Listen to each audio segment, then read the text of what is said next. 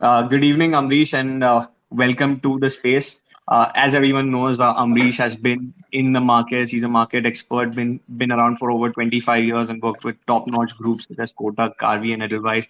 He's known for his out-of-the-box contrarian calls, and like Ashwin said, thank you so much for joining us and doing this with us today.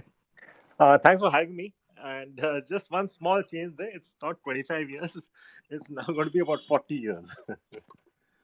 I, I started investing. You've immediately made all of us feel older in just a moment. But that's actually fantastic because Yash and I were chatting about this, and I was thinking that Yash could talk about all things market, but I really want to pick your brains on trends and how technology is changing the way we are looking at investments. So that's how we're going to be talking about. I mean, stocks, and also you as a person and how you're reading the the culture of investment, so to speak. But let's start with the markets because that's what's buzzing. Yash, over to you. Yeah. So just a small clarification. We actually just said 25 plus, although we know it's more than 40 because then कभी-कभी guest को बुरा भी लग जाता है कि अरे मुझे इतना बुड्ढा बता दिया. In fact, I started investing when I was in college. This was way back in 1983, end of 83, 84. So it's close to 40. And history is sort of repeating it. What was the first sector that you invested in when you were in college? I had invested in, my first stock was Gujarat Alkalis. So both the stocks were, in fact, from the chemical sector. So first one was Gujarat Alkalis and the second one was Tamil Nadu Fluorine, which is called Tanfac. How are they doing now? In fact, Tanfac was one stock. Typically I don't get married to a stock, which is what normally everyone says, don't fall in love with your stock. But then being my first equity investment, because Gujarat Alkalis was a convertible debenture. This was my first equity investment. So I held on till about a couple of months back. And it became a 50x in about close to 40 years. So it was a very, very slow mover. But then I got a decent return in the recent past. So finally, I sold off. Lovely. Nice bit of anecdote there. Thanks for. Interesting. And we've actually done a Twitter poll, sort of an engagement post, asking all our followers that which was your first stock that you ever bought. And it's interesting. You mentioned that the first stock you bought was when you were in college, and history sort of repeating itself. That with this whole COVID wave happening and the retail boom, so many young investors have also entered the markets, and with access to so many new age tech platforms coming, and making investing so much more easier. Like Absolutely. already there weren't any barriers to entry, but now with the way we are seeing almost every other ad in the IPL is of some of the other new age brokers. So clearly history repeating itself. Yeah. In fact, even then there was not much of barrier to entry. Exactly. Though you needed to know a broker, because most of the people who could start investing was through references, because there was nothing called a KYC in those days. You know the broker, you start investing. If he has that comfort level with you, or you've been referred by someone with whom he has a comfort level, then you start investing. The biggest issue in those days compared to now was, I would say, barrier to information, because absolutely there was no information available. Even to get annual reports, it was so difficult.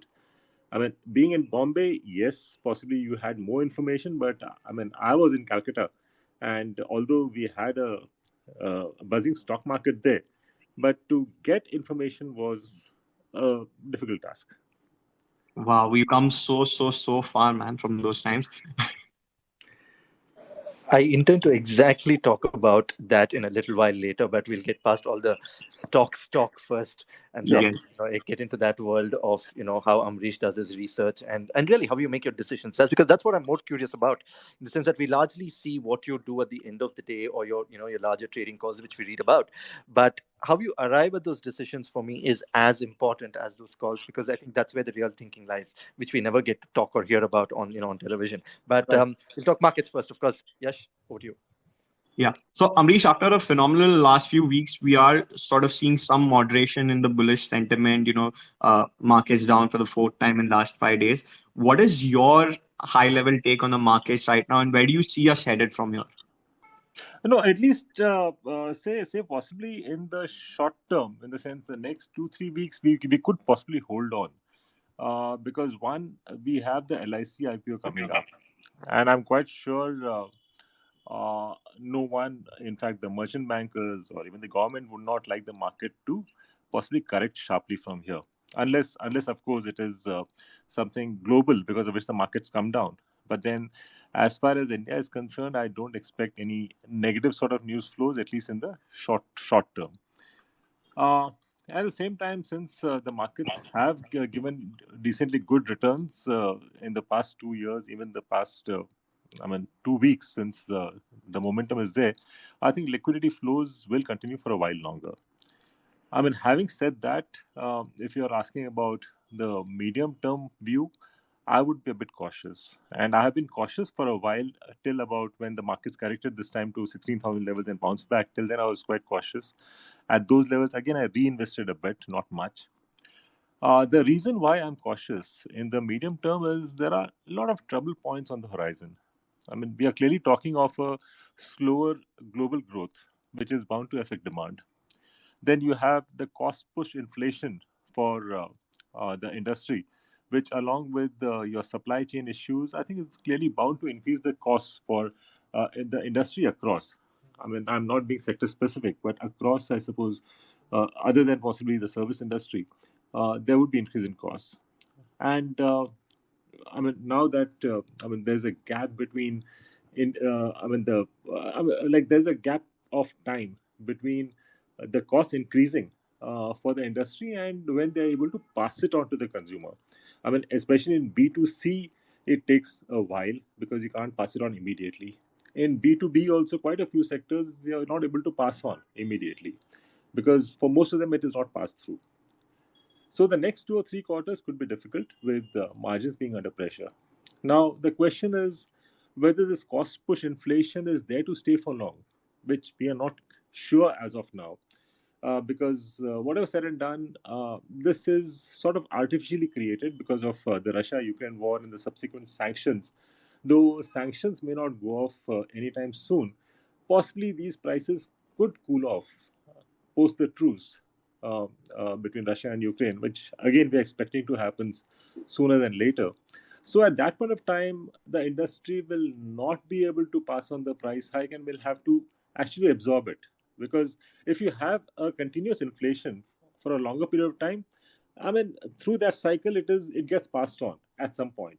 But then, if you are having a very volatile sort of a situation in raw material, and you have the prices going up, you're not able to pass on, and by the time you think of passing on, or when it's right time to pass on, that is the time you have the commodity prices coming down, and again, it would become difficult to pass on because the prices have come down.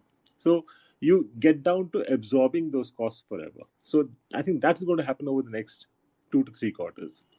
The other thing is, I mean, during COVID and post COVID, we have clearly seen that the lower end of the strata, as far as India is concerned, has been affected, economically affected.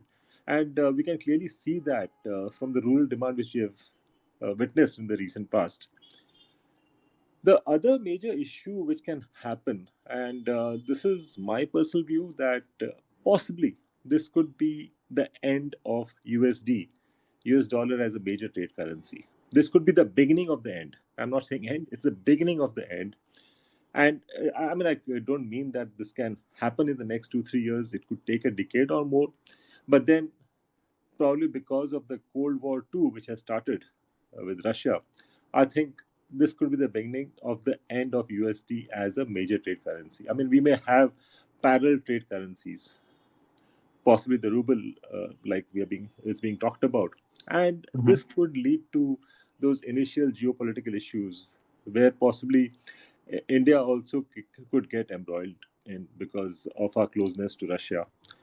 So these are a couple of things which could actually affect the markets in the near term. And if you're talking of Mhm. long term, I mean, you can't afford not to be bullish on India very clearly.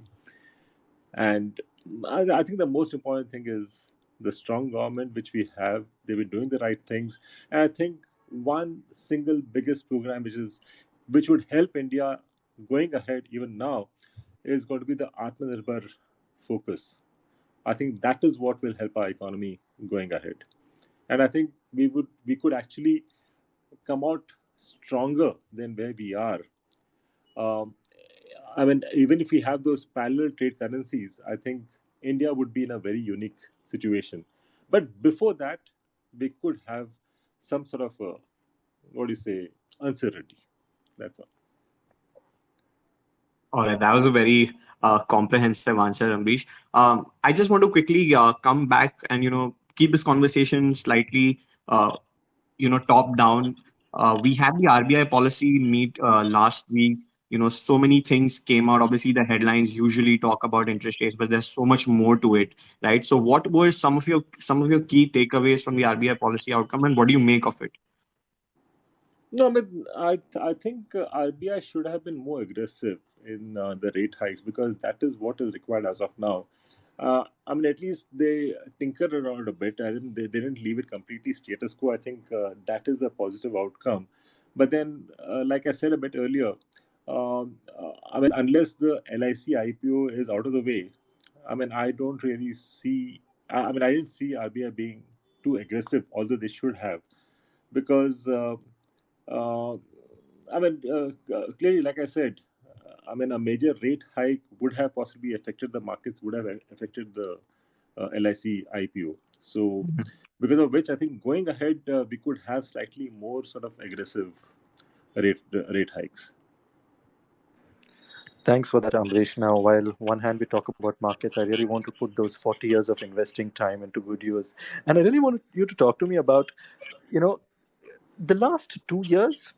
How have people been investing in those last 2 years compared to, what you have seen over the last, the time before that? Has there been any distinction in the way people are looking at, the markets and investments in this period of time? See, one thing is clearly we have many more of retail investors in the market than we have ever seen in the past.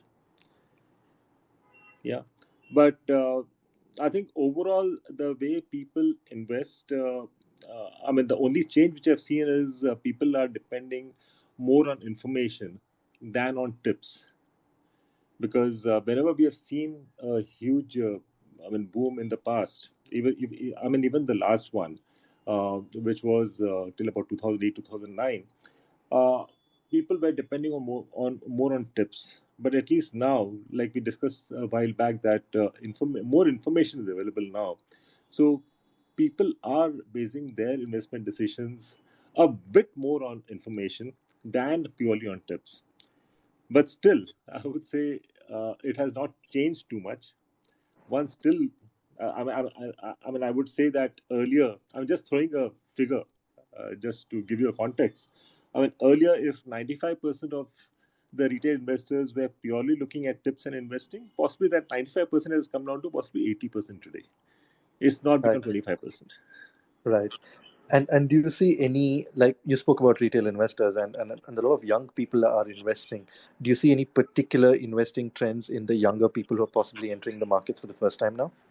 I mean, see, one a slightly disturbing factor which I see now is that quite a few of the young guys have got into trading in a big way, and I mean, see, like unless you are taking that up as a career, that's something completely different.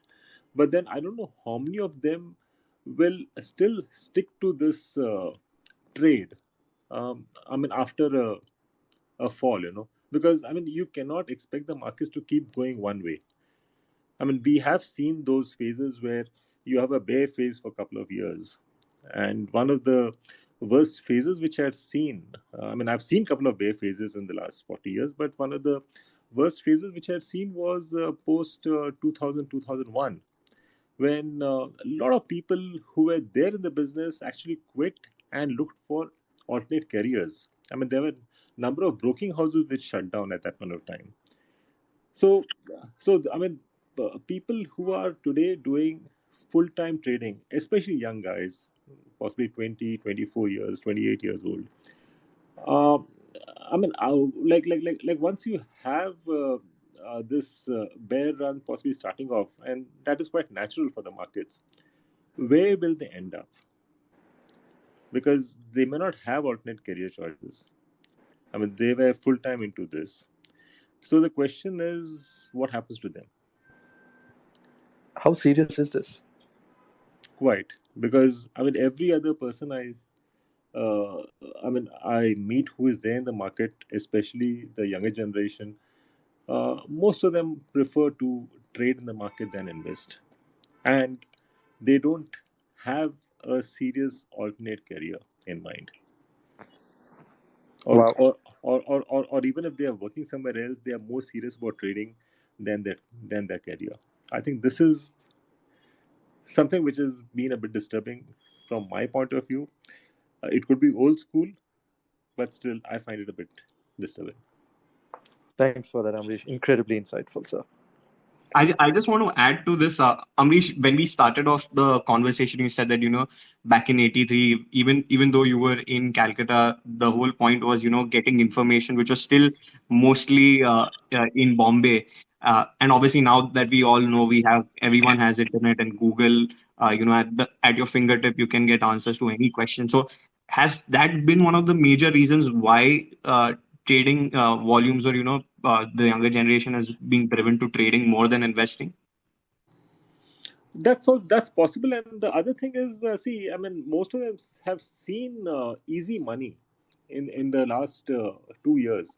I mean, Hmm. whoever has gone long in the market, I mean, has made money in the last 2 years. So easy money doesn't stay for too long. I mean, we have seen easy money in the past. I mean, you just threw a dart, and I mean, you got a good pick in the market. I mean, we have made money like that also in the past, but we know clearly it doesn't last for too long. And once you are used to easy money, you don't feel like putting in that effort, because to get a good pick in the market on a sustainable basis, you need to put in a lot of hard work. But when you are making good money without hard work, then you tend not to do it. And Absolutely. and it's those people who actually lose out the most when the markets turn around. Absolutely. And we've been hearing all the experts say that, 2022 won't be the same as 2020 or even 2021. And we've sort of seen like a bit of a trailer in the first 3 months as well, right? With Exactly. all that's happening Yeah. in terms of the global volatility. So speaking of, the hard work, let's talk about the earnings season. Then it starts from today. Um, where are you putting in your hard work, and which are the sectors that you are watching out for? See, like I said, overall, I don't expect too much of a major surprise, a positive surprise from, I mean, most of the corporates, especially for Q4, because we have seen supply chain disruptions, we have seen raw material prices going up. So there would be an effect on the margins. I mean, we saw TCS, although that should not have got directly affected by this, but even there, we have seen a bit of a negative sort of a surprise in terms of the earnings. Mhm. So, I mean, possibly across, we would see the margins lower than what we have seen in the past couple of quarters. So, because of which I said I would be a bit cautious going ahead. But then, Any sectors in any particular that any you are watching out for? any sectors specifically, I would be watching out. Possibly one is real estate, Mhm. because uh, I mean, if you see the last couple of quarters, real estate has done extremely well. But then the last 2 3 months, especially the last 2 months, has been a bit difficult, basically because of the steep increase in the input costs, whether it's steel to a large extent, and the other inputs. Cement anyway hasn't gone up too much, but then you have the other inputs as far as real estate is concerned, where the prices have gone up quite sharply. Again, when I talk of other inputs, I'm talking of sanitary ware, I'm talking of tiles, I'm talking of the electricals. So there, Right. the costs have gone up quite a lot. And one thing unique with the real estate is that you're locking in your customer for a very long term. I mean, someone who buys the property at the ground level, And say it's a 40-story building, may take about 4 years. You are locking in your price at on day one, and post that, if the costs go up, it has to be borne by the builder. So there would be some pressure as far as real estate is concerned. As of now, but then again depends on how well uh, the project has been sold. Because earlier we would look at, if the project has been sold very well, it was extremely positive. But in this given scenario, if the project has not been completely sold, it would be positive for real estate, for that particular real estate stock, because the part of the project which has not been sold can be sold at a higher price, and you can maintain your profits. And the other thing which is happening in real estate, which possibly a lot of people have not really focused on, is that uh, a lot of people wait for the right prices, and when the prices start moving up, they jump in, because Right. then they know that they'll not get a lower price. So in real estate, when the prices start to move up, whether it is market driven or whether it is driven by inflation, by cost plus inflation, your demand increases, demand doesn't come down. So that's the other positive thing which is going to happen in real estate, because now, because of the cost push inflation, you will have real estate prices going up, and along with that, the demand will go up. And those who have not fully sold their projects will possibly gain the most. Right. And So, do you have a so view on yeah. Yeah, and I wanted to know, do you have a view on autos? Because uh, all these months it was semiconductor shortage. Now that the semiconductor shortage issue is easing, then it is commodities, and obviously the way fuel prices have moved, petrol, diesel, in triple digit. Has the recovery been delayed by another quarter or two? Or what is your view overall on the auto sector? See, on the auto sector overall, I'm positive, because this semiconductor issue is surely getting sorted out, and possibly in the next quarter or so, hopefully, it should get completely sorted out. And there is a decent amount of pending demand, in the sense people have not been able to get delivery of the vehicles. They've booked the vehicles, they're not getting delivery because of this shortage.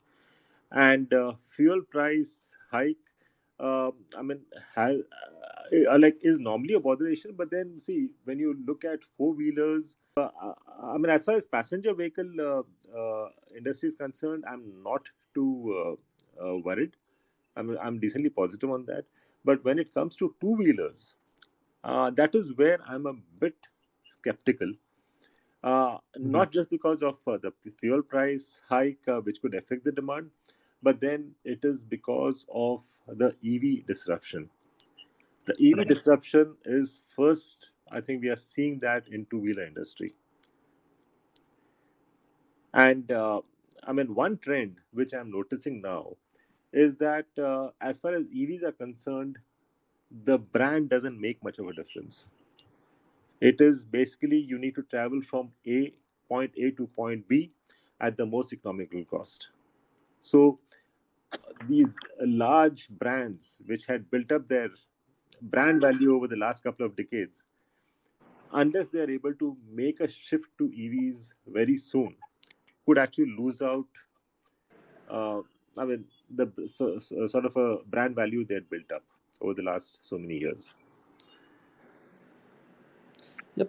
Thanks for that, Amrish. Amrish, I've just been thinking about a few things that you said a while back about young people and information, and how the tips are on their downslide. What do you make of the sudden burst of apps in the fintech space? I had somebody who told me earlier that demat account and investment managers are suddenly starting to look very old-fashioned with the invent of apps that are all over the place. So, what do you make of this space in the first place, that are largely getting more people to get invested? And do you use any of these? I do use a few apps, but then I'm still more comfortable the way I've been doing research.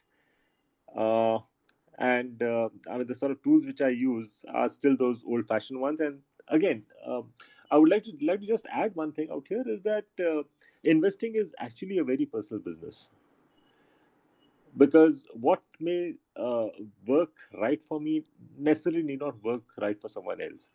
So I think one should use those tools and the methods with which you're comfortable with, not just because everyone else is using something else. You should look at that. I mean, look at that, but then don't use it just because someone else is using it. Use it only if you're comfortable with it. Having said that, yes, I think a lot of millennials are actually very comfortable using these apps. And that's the way they have learned to invest or trade. So, because of which we are seeing more and more apps coming up because, I mean, all of them want a pie of that large universe. Do you see it upsetting the apple cart in any way, or do you think this is definitely a positive change? Because there's also been concern that the more apps out there and the more the marketing push that comes out there, I mean, people you get swayed in by the kind of advertising out there and not really look at things like data privacy format for one, or the kind of the advice that is being given on these platforms as well as they're asked to invest. Do you have any concerns in that front? Yeah, I mean, see, I mean, whenever the market is flooded with such tools, you normally have, I mean, like finally it bursts at some point of time. I mean, just to draw a parallel, I would say even about say 20, 25 years back, 30 years back, when the markets had boomed, say during the Harshad Mehta time, for example, uh, 92 Right. to 93. Uh, I mean, at that point of time, there were so many of these magazines which had come out, so many of these tabloids, daily market paper. Like I said, even 10 years before that, to in fact get Economic Times for me with market information would be so difficult. I mean, I had to wait for the evening to get a Economic Times from Mumbai to get information because the Calcutta Economic Times would not carry much of stock market information. Right. So Okay. from there, I mean, one could pick up uh, a market newsletter. Maybe I think at least 25, 30 of them were there, created at that point of time in 10 years. And again, quite a few of them had misled investors. People lost money. And finally, those publications shut down. So, drawing a parallel, I mean, today, instead of those publications, you have all these other tools through these apps which have come up. Now, finally, you will have a few of them surviving, doing extremely well, but quite a few of them will shut down. Right. Just on that one note, when you're talking about the fact that you had to get your information in from Mumbai, so you've seen generations of how people get their stock market information or generally market information, right? You had the pink dailies that came in, and around the 2000s, you had the business television news that came in, and by the beginning of last decade, or you had the information technology revolution that really became much bigger. How do you see investing itself having been changed with these kind of faster information and coming in? And how do you see yourself having changed with these? Uh, See, I mean, clearly the way people invest, um, I mean, your decision making finally is based on the information which you get and the speed of information. I think that is most important. Yeah. So the sort of bull runs and the bear runs, I mean, the waves which were there earlier, I think those waves are actually, those cycles are getting compressed, because of which you will see volatility increasing. Because end of the day, Right. I mean, what is market? Market is collective investor psychology. How do you think? How do you act? And you think and act based on the information and the speed of information. I mean, earlier it would take you a week possibly to get the right information and react on that. Today, the same information, if you're getting in 5 minutes, your reaction time is much shorter. Your decision making and reaction time is much shorter. So you act faster, and because of which those cycles have got compressed. And when the cycles get compressed, the volatility increases. I think that's there to stay. Wow, fantastic. Thanks for that, Amrish. Incredibly insightful there. Yash? Awesome. Before I move to a market question again, I just want because it's such an interesting topic. I just wanted to ask Ambrish about this. That now everything is lightning fast. Everything is out there on Twitter, on WhatsApp, and all the other social media platforms like Telegram and others. Uh, how does one develop an edge? Because while say someone in the 80s who lived in Bombay had an edge over you in terms of getting hold of information, how do I in today's day and age have an edge over someone else? I think the edge is going to be clearly how do you analyze information, because the information everyone gets is the same. I mean, say for a technical analyst, end of the day, the chart which he sees is the same chart which everyone else sees. So Mhm. clearly, I mean, how he reads it is more important. So similarly, the sort of Cutting through the information, noise. yeah, exactly. So Uh, this, I mean, the information which I get, whether uh, I mean, whether I see the uh, like the data which has been published by the company or the announcements made by them, the news mhm. which I read in the newspaper is the same thing which everyone else reads. Question is, how do I analyze it and how do I apply it? That is where it's the difference, and that comes through experience. So I think Absolutely I think that is what um, I think clearly defines one person from another. true. And And a lot and of the and and the way I invest is clearly a contrarian method, and that's what suits me the best. So I stick to that. absolutely. Okay. So yeah, as I was saying that, a lot of these new investors probably would look at other resources in terms of getting their information because like you said, more than the information, it is the interpretation of it that matters. And, we're seeing we ourselves are doing so much to help new age investors understand the most complex market terminologies and trying our best in terms of helping and educating them, not using heavy jargons and intimidating them with those big fancy words and keeping it normal. So we have a daily rip newsletter which goes out every evening around 6:30 that hits your inbox with all the market roundup and all the action, all the top stories of the day.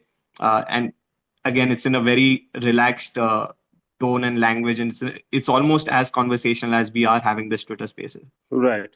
But again, the question is how many of them really read that? Uh, I mean, from the point of view of getting information, and how many of them actually look for tips out there? True. That's the So most important thing, because I mean, see, whenever I meet investors, whether it is in some forums, one on one, I mean, the first thing which people ask me is for tips.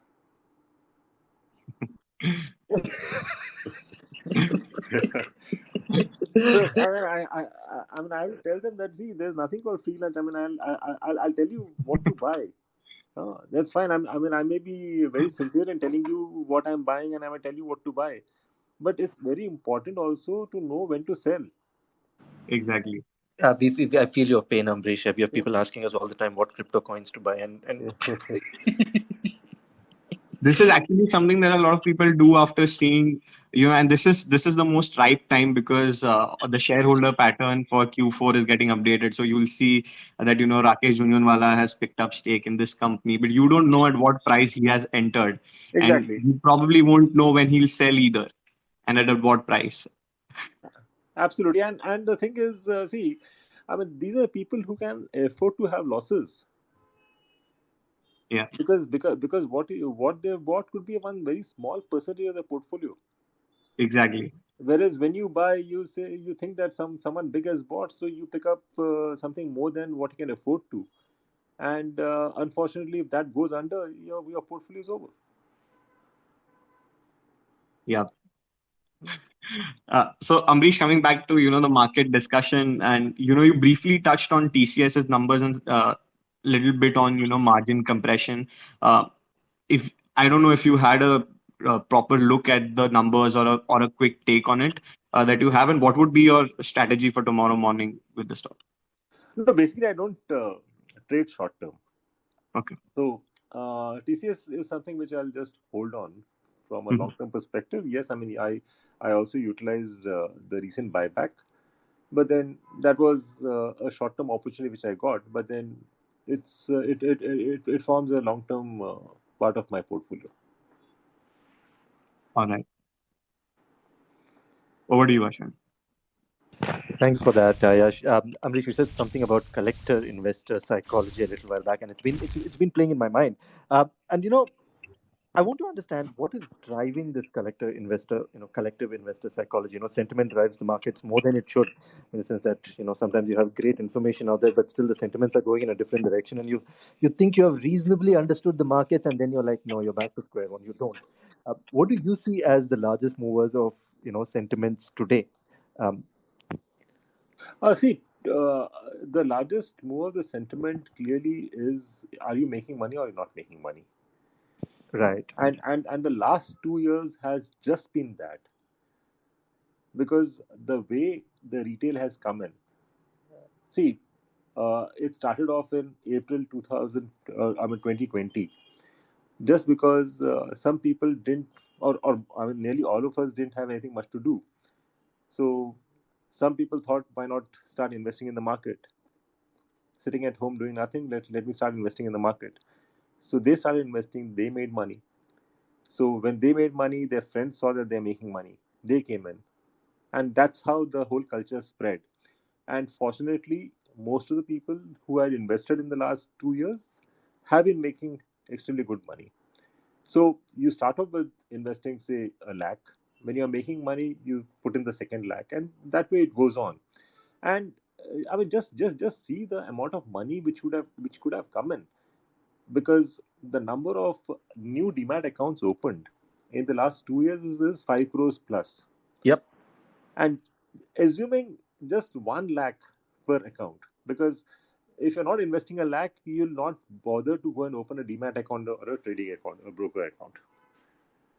So just talking of 1 lakh, you're talking of 5 lakh crores. And that's one of the reasons why this money has been able to sustain the markets even when there was so much of FI selling. So as long as they're making money, money will keep coming in.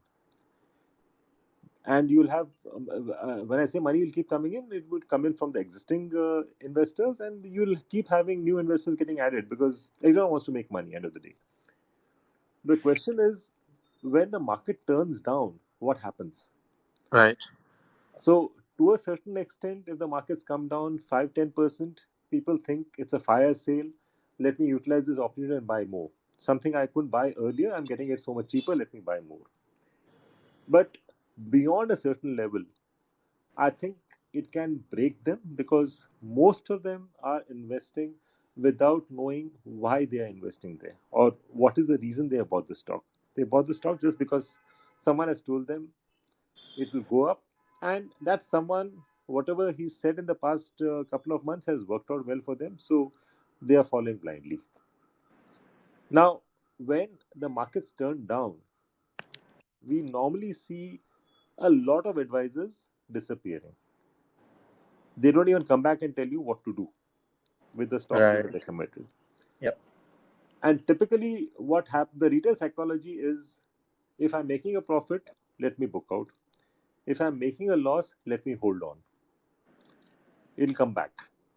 So, because of which, even when the markets come down, possibly there may not be too much of selling from retail, but wherever they're making money, they'll be selling. But today, the market is depending on the liquidity flows from retail. That can stop. Because when Got you're it. losing money, you'll not put in fresh money in the market. And that can make a huge difference at that point of time. So Yep. that's the other thing I'm worried about. Fantastic. Thank you for that, Amrish. Yes. Amrish, I wanted to get your view on the reopening plays. So, international travel has resumed, hotels are running full with the summer holidays. Um, PVR Inox, we had this mega merger in the multiplex space. But Right.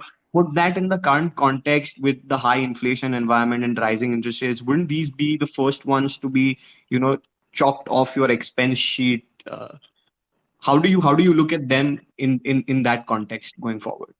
See, I mean, it's already been played out because, for example, if you're talking of airlines, we have already seen the opening up playing The out. entire basket, as in Yeah, hotels and yeah. I restaurants, mean, QSR as well. whether it's hotels or whether it's airlines, that's already played out.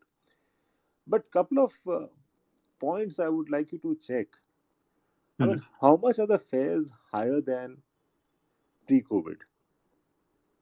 Except for the last month and a half, basically Mhm. because the way the aviation fuel prices have gone up. Other than that, have the fares moved up? They have not. In fact, in a number of cases, the fares are lower than pre-COVID. Okay. Does this so? Will they make more margins than what they were making earlier? No. No. Then why should they be quoting at a valuation which is higher than pre-COVID? I don't think too many people are answering this because right now these are moving up based on sentiment, and as long as the momentum is there, as long as people are making money on it day in and day out, it can move up a bit more because of liquidity. But when you finally get down to numbers, that those may not add up. Even the hotels, you look at the average room rents, they've not really shot up. On particular days, yes, you may have the rents. I mean, the ARR is decently high, but then overall, no. Whereas the costs have been going up, Right. and you have quite a few of these which are quoting at possibly 50 to nearly 100% higher than where they were pre-COVID. Yes. So difficult to justify valuations. So I'll surely not be putting in my money at that in these. Absolutely. And at least in the airline space, the competitive intensity has gone up further with, Exactly, Tata's taking over Air India yeah, and and now you will have two more airlines coming up, yes, Akasa as well. Akasa, and along with that, possibly Jet coming back on Yeah. stream. So I mean, more the competition, more is the pressure on fares. True. Interesting. Amrish, we have very little time left, but I really want to go back to a lot of things that you've spoken in the past, and I think one of our abilities to decide depends on the quality of information that we get to be able to make a choice on sectors that we want to go into or that we want to get out of. Um, Talking about you in particular, how do you go about getting your information? What are your regular sources of information that you go to? And tell us how you choose and decide your thought process before you make the calls. Help us understand the thinking behind your actions. No, my source of information is generally the publicly available information. I mean, right from the annual reports to the sort of announcements which the companies make, and more importantly, the sort of analyst calls which are there. Wherever possible, I also try and meet the management, which possibly may not be possible for the Retail. retail investor or a HNI investor.